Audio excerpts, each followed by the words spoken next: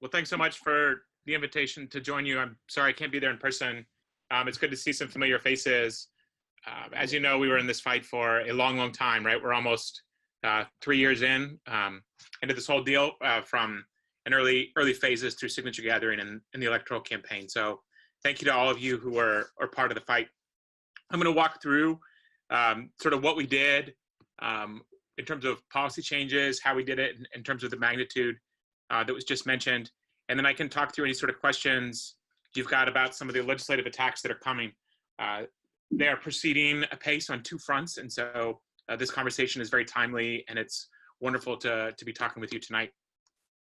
So as was mentioned, we won big. So we won by an almost 2-to-1 margin with support from across the state. This was not a what folks might have expected early on. I mean, we worked, as you know, many of you know in the room, worked really hard to build and keep a broad transpartisan coalition. If you look at where the votes came from, they were from small counties, they were from big counties. This was not just an I-70 win. We actually won every single state Senate seat in the state. Every single state Senate seat, from the Boot Heel to Taney County to Northeast Missouri, where I grew up, majority vote everywhere. Senate District 19, where you're sitting now, was actually one of the strongest places for Amendment 1's performance. It was a 70-30 split there in Boone and Cooper counties. So that was huge, and it will be huge, as we'll get into here in a little bit, in terms of defending the win. I think you all are very well situated and very critically situated in terms of just the pressure you can exert on legislative leadership to help preserve what the people just passed. So what we did, Amendment 1 was a multi-part legislative reform measure. All of the things that we passed with Amendment 1 apply only to the state legislature. So for better or worse, none of these apply to congressional redistricting. They don't apply to ethics rules for current or future or past governors, however flawed they may be. But we essentially eliminated all of the lobbyist gifts in Jefferson City. It was a hard $5 cap per occurrence. That represents more than 99.5% of the gifts that have been given in more than the last 10 years when gifts were reported. We said, hey, no matter what the Sunshine Law is, representatives and senators have to follow it. We'll get into some of the details and some of the attacks that have been coming. But the standard from Amendment 1 was pretty straightforward, just saying, General Assembly, it's time for you all to start following the same rules that mayors and city councils and the governor have to follow. We've ensured fair maps in future state legislative district plans. I'll get into some of the details on how that works in a second. We created a 2-year revolving door ban. So from the end of your final session, a legislator or a staffer has to wait 2 years if they want to become a registered lobbyist. And we lowered campaign contribution limits for state legislative candidates. I didn't mention this before in terms of the magnitude of the win, but we actually outperformed every single statewide candidate, which by definition means it was a bipartisan win. There were Josh Hawley voters, there were Sandra McDowell voters who voted for Amendment 1, and that really reflected a lot of the nonpartisan, conservative, progressive support that was built up over a year and a half of signature gathering and then the electoral campaign last summer and fall. I thought this was a really interesting quote from a state representative from the Kansas City area talking about the gifts and what's happened. This was Brandon Ellington, who said it's like night and day if you compare January to last May. It's like they turned off the switch. And the switch he's talking about is the spigot of gifts that were flowing in Jefferson City. In 2017, before we passed Amendment 1, there were more than $1 million in gifts that were reported to our General Assembly, which is just an obscene amount of free stuff, free tickets, free booze, all paid for by lobbyists who are trying to either get bills passed or get bills killed in advance of their paying clients. But as we know, and the reason we're all here tonight and why this is a timely conversation is that there are politicians who have power now, who liked the old way of doing business, and who are trying to figure out a way to roll back what we just did in terms of transparency, fairness, accountability, competition. So there are two buckets of attacks that are coming, and I'll talk through both of them, and we can go into deeper detail in the Q&A as y'all may be interested. So one is on the redistricting front. There's a desire by some in the majority, and I think the governor as well, to gut the criteria that require partisan fairness, that encourage competition, and essentially ensure fair maps. As we'll get into, the old way really gave party-approved political appointees, whether they be lobbyists or campaign consultants or politicians, the ability to slice and dice maps in a way that advanced their parochial or partisan interests. And so it's understandable that some folks who've had power in the past want to keep it that way. I thought this was a really hilarious headline, but very true. I mean, I think the folks who want to roll all this stuff back know that they just got a 2-to-1 vote from voters, and voters said it's time for a new way of doing business, and they're going to have to square that circle if they want to go forward in overturning the people. The second bucket of attempted rollbacks really focus on the Sunshine Law. There are 2 legislative approaches that are in the works right now. One bill that came out of the House, rather than trying to carve out the General Assembly from following the Sunshine Law, they've just tried to get the Sunshine Law for everybody. And so not only are they trying to make things more secretive and worse than they were before Amendment 1 passed, but they're trying to create a whole bunch of new carve-outs and a whole lot more secrecy from the city council level to the state level. So there's a whole lot of reasons why that's a really, really, really bad idea. But that did pass the House, unfortunately with some bipartisan support, and it sits over in the Senate committee right now. There's a second Senate bill that has passed committee that could be debated on the Senate floor literally any day now, that really just tries to, by statute, overturn what we just passed, creating new carve-outs for the General Assembly, even though the text of the state constitution clearly requires House and Senate members to follow the same Sunshine Law as everybody else. So I sort of just talked this through. I don't need to reread the slides because we just talked this through, but I can come back to this in the Q&A. On the redistricting side, just as a refresher, and for those who may be new to the fight, this is how we changed redistricting for state house and state maps to make them more fair, to have a more independent, nonpartisan process.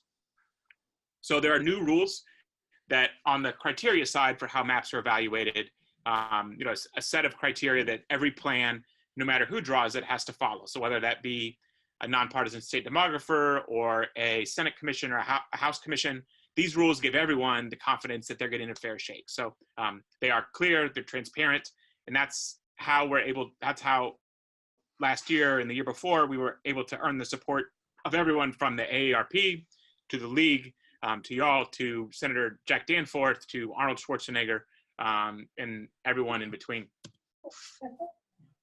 So the rules that are in place right now, and these are rules that are put in order, in criteria order, so that there aren't any games being played by map drawers. So first and foremost, with equal districts, a map plan has to protect the voting power of communities of color.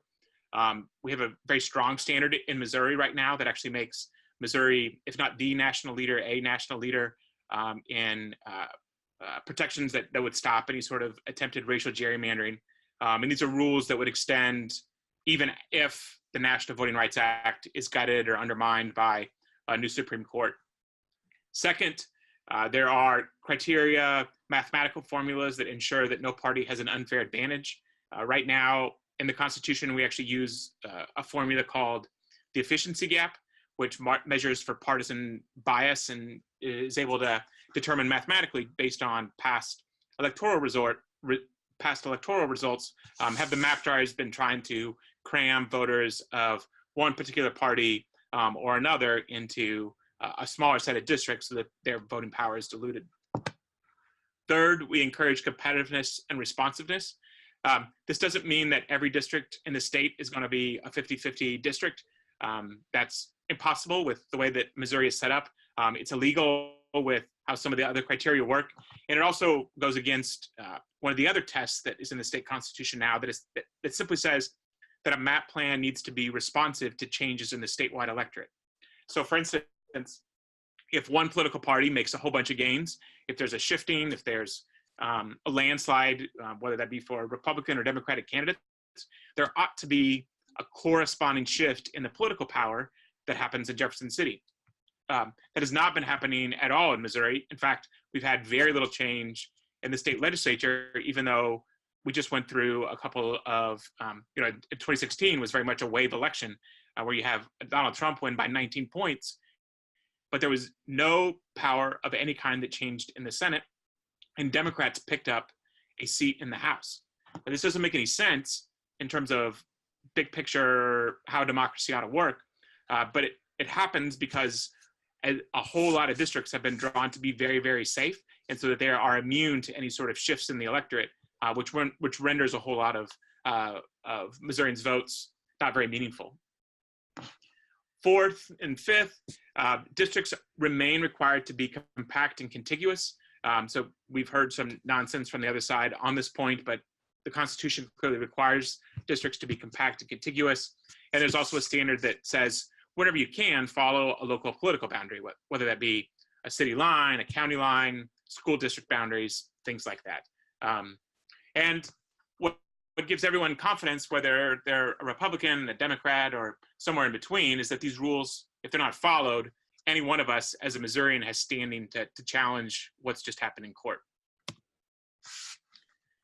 This is a huge improvement over the past process where there were almost no criteria whatsoever for how maps would be evaluated. So if you didn't like the map and you thought it was gerrymandered either to protect a particular politician or a particular party, there's no whole lot you could do about it. But how the process happened in the past, state parties, both the Democratic and Republican parties, would cull down the list of the entire state of 6 million folks down to 20 or 30 folks that they said would be acceptable to be on redistricting commissions. The governor would then pick from those pre-approved lists. The commissions would meet. If they weren't able to reach a consensus plan, then the whole thing would get kicked to judges who would then draw things in secret. In this last part, the judicial drawing in secret is actually a place where Republican incumbents, the Republicans in the majority, were extremely angry and critical of how maps were drawn last go around in 2011 and 2012 because there was no insight into what was used to craft plans. The judges didn't turn over their data or say this is why we think these are good maps. And there was just a lot of consternation across the board with this is not a good way for democracy to happen. And so again, under our new plan, we've got these criteria that we just walked through that all plans must meet. So those are the ground rules that apply to everyone. There's a new position that's been established called the nonpartisan state demographer. We actually have a demographer right now for the state.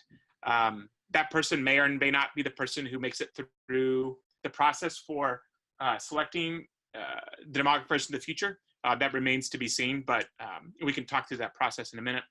But the demographer will take the first crack at plans. So using data that's available to the public now from the census, from past election results, other demographic data. But whatever the demographer used has to be made public, which is a huge step forward. Those commissions that exist in the past still exist. So they still have a role. They're still able to make changes. They're still able to modify and pass new plans if they don't like what the demographer has put forward. No matter what they do, they still have to follow those ground rules, which is really key. They can also choose to say, hey, this is a fine nonpartisan map. If they can't reach consensus on changes, then what the demographer puts forward becomes the final plan.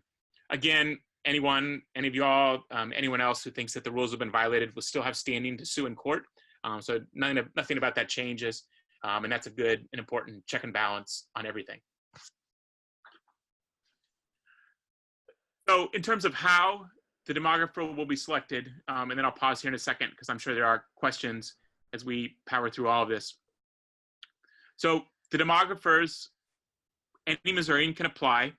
The state auditor is going to create an application process and say, hey, here's the criteria that need to be met in terms of making sure that you're qualified to have either the mathematical or demographic professional expertise to be able to run the software and do the kind of work that's required for map making. At least 3 names will be passed on to the state Senate majority and minority leaders. I happen to think it'll be more than 3, but 3 is the minimum required that have to go to the Senate leadership. That at that point, the majority and minority leader can have a consensus candidate. They can say, hey, this is the best, most qualified person. If they can't agree, they can each remove up to the third of the names on the list. And if more than one person remains on the list after that process, then a lottery is conducted by the state auditor among the remaining names to, again, make this as technocratic and nonpartisan a process as possible. So I will pause there. We can kind of talk through into what's next, but folks may have questions about the policy or what's coming and all that. So I'll just stop there. Peggy, okay. I was down at the General Assembly a couple of weeks ago, and one of the House members said from one of the urban areas said she objected to the lobbying portion of it, the limits on the gifts, because she used to get lobbyists to sponsor school children to come to the Capitol. Right. And now it's made it impossible. And so, and she was a Democrat who ordinarily would have supported many of the other elements of this. I kept thinking there has to be a way around that for her. I mean, how do you deal with that argument or objection? Yeah, Peggy, so we've heard that from a couple of different folks. So you're right that it has been the case in the past that a state rep might say, hey, there's a school group I'm aware of coming from my home district. Can I help get them lunch? And then then the legislator would call up lobbyists and say, hey, can you chip in the $500 to the $1,000 so I can give these folks some food? A lobbyist, a corporation, a nonprofit, anyone else can still provide charity and help kids to their heart's content. All that Amendment 1 does is say you can't be given gifts to legislators. So there's plenty of ways for any entity, whether they be in Jefferson City or back home, to either through a foundation or a 501c3 or just straight out of the goodness of their hearts, you can give gifts and charity all day long to kids who are hungry, to educational opportunities. You just can't give it to the legislators so then they can go take credit for the school stuff. So I know that there's been some work on a logistical, like brass tacks level of how do we set up some C3 funds, maybe have a dedicated fund inside a foundation that can help with educational expenses, things like that. So it's a question we've heard. It's an objection that's come up more than once, but I think it's also just, I think a lot of things had become normal in Jefferson City over a long period of time that really aren't that normal once you cross the river.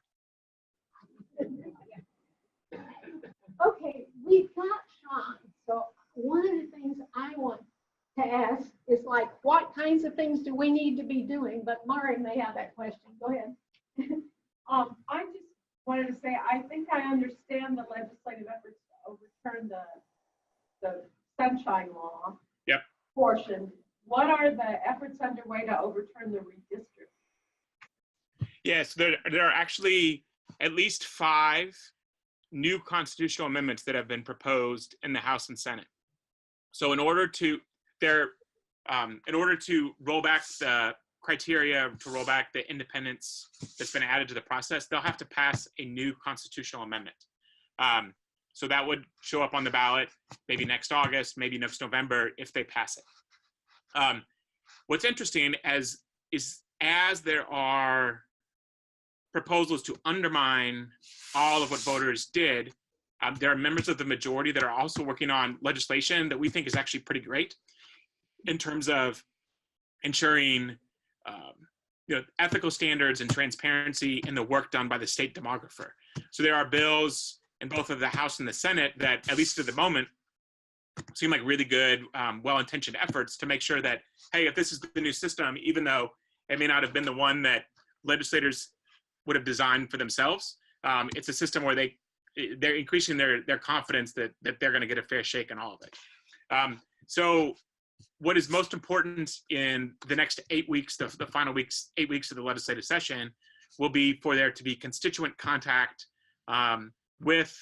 especially with our state senators and to some extent with our House members, saying that, hey, any attempt to roll back with what the people did is a no-go, and you'll be held accountable by the voters in the short term and in the long term for any sort of attempts to roll back what just happened. I think we can speak with great confidence on the part of, especially when it comes to Boone and Cooper counties. This is a measure past 70-30, right? Like, that is by definition a very bipartisan, broad measure. There was very, very strong support from everyone from the Tribune editorial board, which was explicitly supportive of the anti-gerrymandering measures in Amendment 1. And so I think Senator Rowden has indicated a desire to roll back what the voters just did. And so this is a real opportunity in the weeks ahead to make your voices heard. What are those 5 bills? The numbers, do you know? I do. So they are, give me 2 sheets and I'll give you the exact bill number so I'm not guessing. But on the Senate side, it's SJR 23, SJR 29. And then there's talk of an amendment from State Senator Jason Holzman to SJR 13. Holzman is a Democratic senator. He's actually my senator here in Kansas City. He's got a plan to roll back everything that just happened with a whole new redistricting scheme. What's the number on that? So that's SJR 13. And then on the House side, it's sorry, my computer's being slow here. It's HJR 47, HJR 57, and HJR 46. That's 6. House Joint Resolution. Oh, Yeah, sorry, yeah. House Joint Resolution, Senate Joint Resolution. I'm sorry for using jargon there. so we should be telling our legislators to oppose these bills. Say that again. I'm sorry. I just heard the last part of that. We should be opposing these bills. But We should be telling our legislators to vote against these bills. Yeah, I think that's right. I mean, I think the call to action should be to oppose any resolution or bill that would undermine what voters just passed.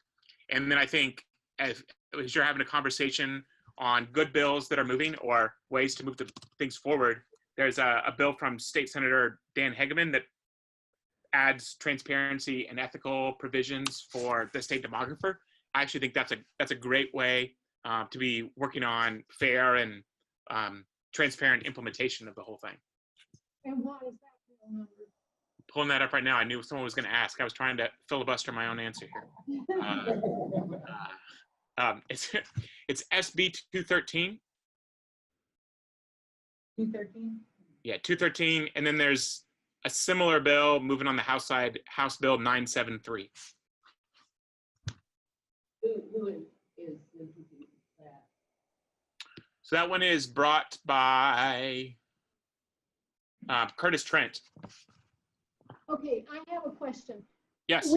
In our immediate area, we have representatives who, when you contact them, they ask if you are in their district, and they say, if you're not in our district, we're not going to listen to you. So Right. my question is it worth our time to write to other people besides our immediate representative? The short answer is no. I mean, I think the most important thing would be to contact your own senator and representative.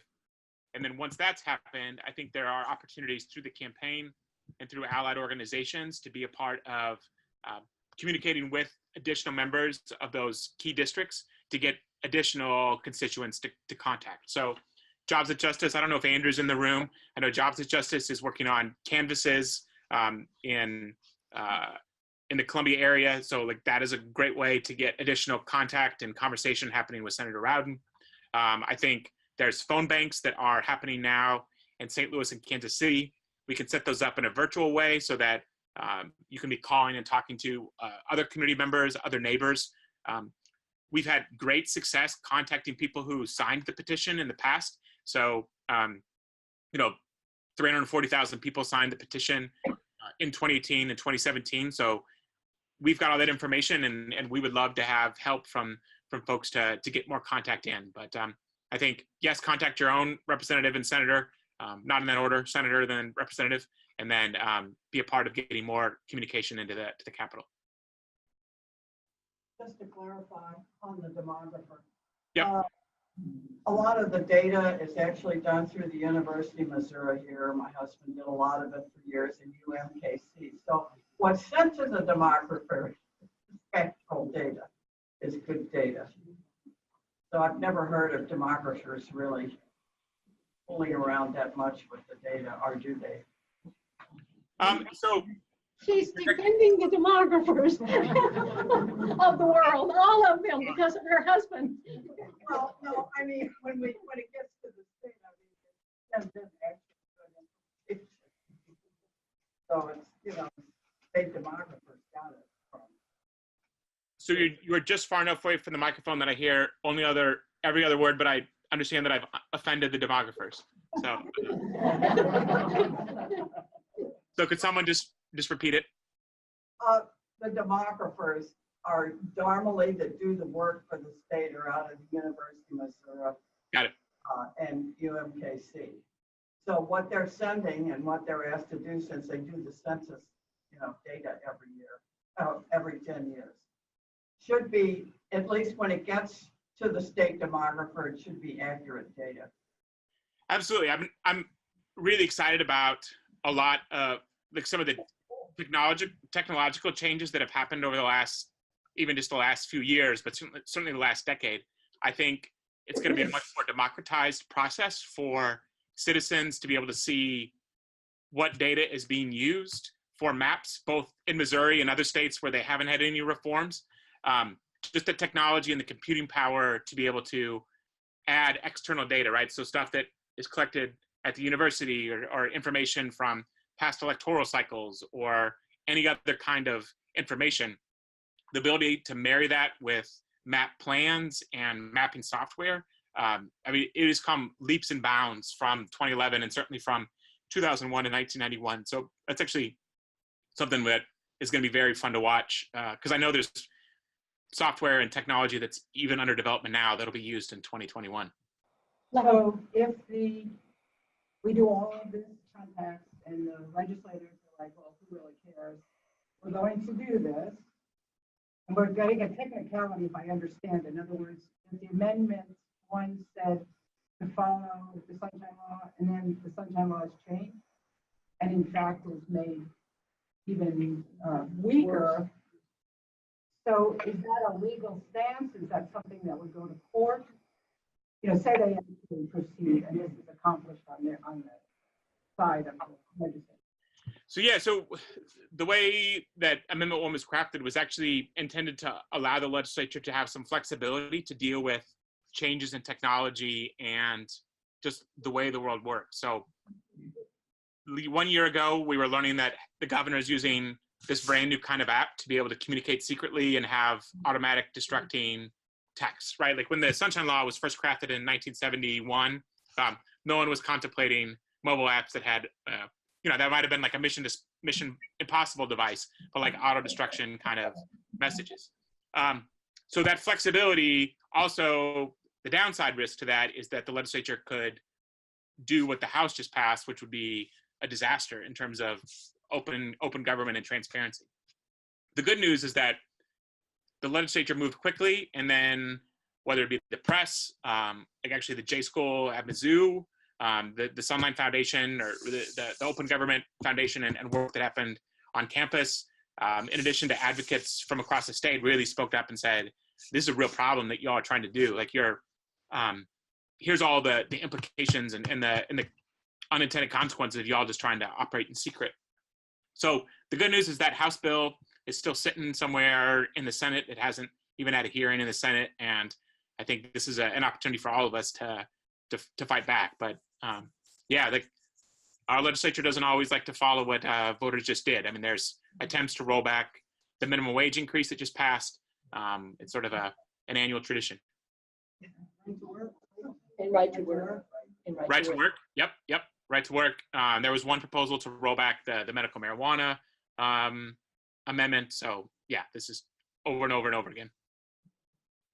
On that same topic, Arizona passed a referendum saying if the people pass an amendment, that the legislature cannot try to overturn it. So I would like for us to think about that in the future. Yeah, I think maybe it was Representative Kendrick. Somebody had a proposal that would create at least a waiting period of 2 or 3 sessions before any modifications could be made to vote or approved amendment. But yeah, I mean, I think it's an ongoing conversation about how do you protect these wins. Could you address the part of the Sunshine Law concerning personal information? Because I understand that's a thinker. Yeah, so there are already a lot of protections in the open records law right now that protect for personally identifiable information. So we know, for instance, that the state has got, like the Department of Health and Human Services has got our social security numbers, they might have medical records, things like that. That's not something that anyone off the street can go in and just say, hey, I want a sunshine, like I want to use the Sunshine Law to get all that information. So those are protections that exist right now. It's my belief that those protections, with the way that Amendment 1 was crafted, continue to apply to the legislature, because the way it's crafted, it says, it's just that you need to follow the generally applicable laws, right? It doesn't say every single piece of data that you interact with as a legislator needs to become secret. I will say that on that vein, if the legislature wanted to make it super duper clear that personally private information from constituents, if a legislator gets a copy of that can be redacted, I don't think anyone would have a problem with that. I think where we've got a problem and where there's great concern is that those relatively minor in scope problems, I don't mean to suggest that it would be minor if your private information became public, but those are a tiny amount of the overall amount of records and information that a legislature might get, that those things that could be easily addressed are being used as a cover to make everything else, whether it be requests and demands from lobbyists, requests and demands from donors, other kinds of bad behavior. They're using that as a smokescreen to make a whole lot of other stuff secret because they've grown accustomed to operating in secret in the past. Well, has there been any organized efforts to get mayors and city council people to sign on to it? So that's a good idea. I mean, we have actually not tried to organize mayors and city council people on that front. I will say there has been an organized effort, some from good government groups, some from the press themselves, of saying, hey, if we didn't have the Sunshine Law, we wouldn't have been able to find out about this fraud or malfeasance that happened in your city or your county.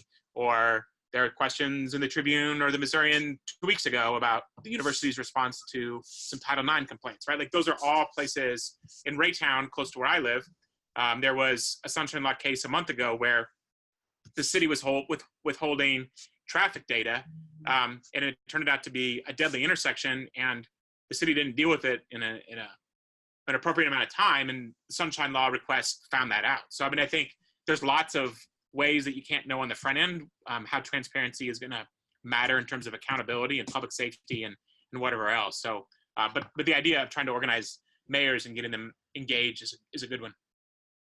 Have you engaged with the municipal league at all on this?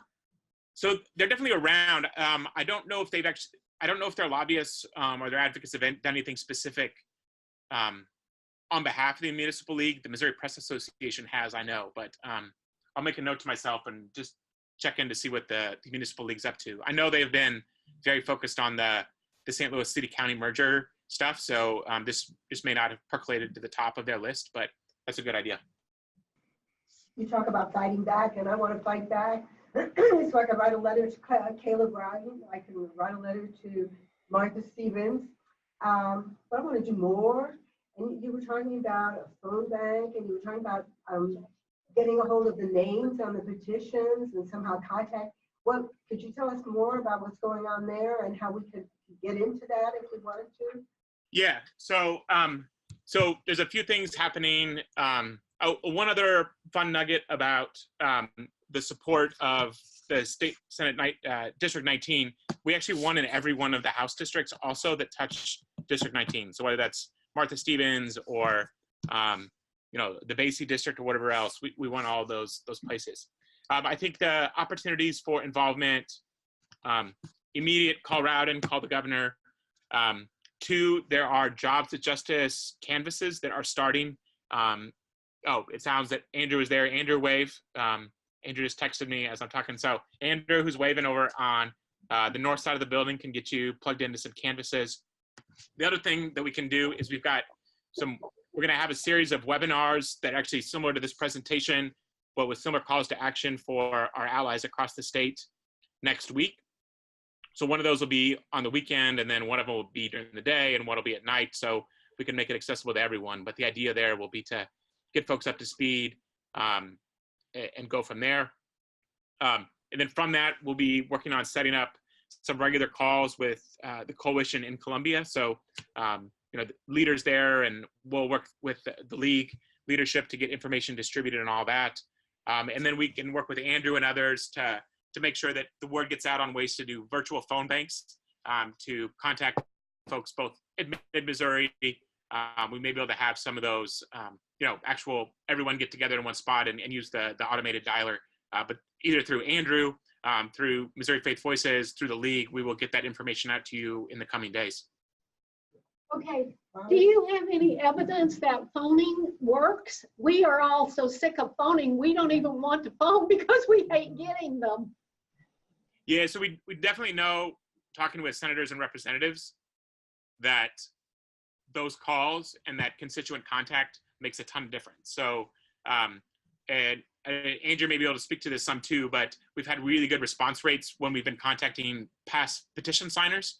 And so it's different than an election cycle call where it's just like, hey, let me tell you about this, or I'm here to raise money, but it's more about, hey, so you signed the Clean Missouri petition last year, it's under attack, would you like to be a part of, would you be willing to call your senator now to tell them why they shouldn't do that? So I hear you, and it's not always fun to get the dials, but they do matter, and it's a tactic that works.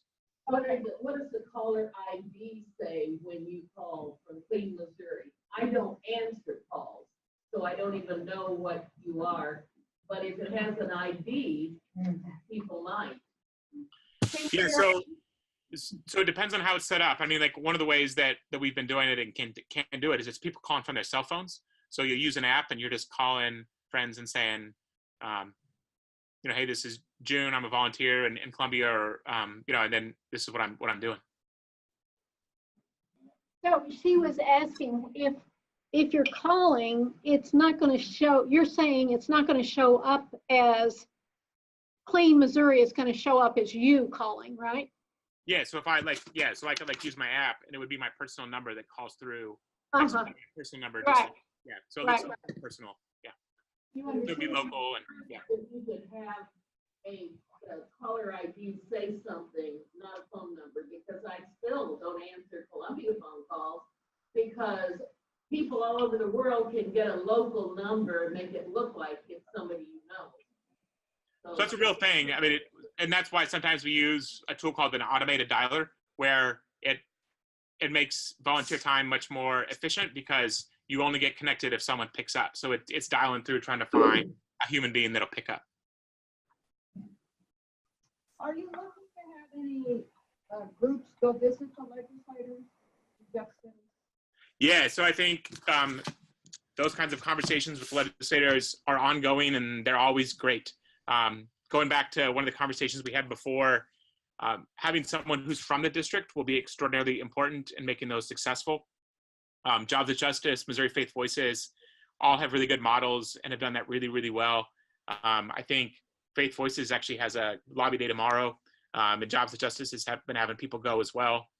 I think one tip as you're thinking through how groups might go down together is sometimes having people from adjoining districts or not all from the same districts can help maximize your footprint. So if there's, say, a trio of y'all and some of you are from, you know, the 44th district, and some are from the 47th, and some are from the 45th, having one from each, you could have 3 meaningful meetings and have the constituent lead things off, and then have your friends help do cleanup. But they got to take that meeting, or they might take it more seriously.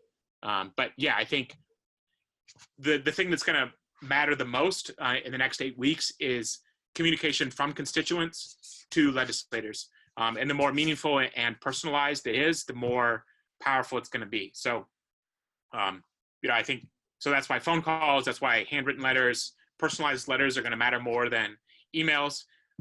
You know, they all add up, but, you know, if we want to do all of the things so that legislators make the decision that this isn't a fight they want to pick. The legislature ends May the 1st. No, I think it's the 15th to the 17th. So they go in 2 full weeks in May. Yeah, so they're going to be on break next week. And then the budget is essentially due, I think it's either May 1st or May 3rd this year. And then there's 2 weeks after the budget is due where it's sort of a free-for-all in terms of you don't really know what's moving, and coalitions are trying to get stuff together or get stuff stopped. But they've got to adjourn no matter what at 6 o'clock on May 17th. All right, any more questions? Would you like to have any closing comments? No, just thank you so much. I mean, it's good to see some familiar faces, and you know, it was a legit huge win. You don't have the kind of energy that continues and extends after a signature gathering drive if there's not a ton of grassroots energy and volunteers who are part of that. And so thank you to everyone who helped get us across the finish line. And we got 2.5 more years to go until everything gets fully implemented. So thanks to everyone. Thank you. Thank you.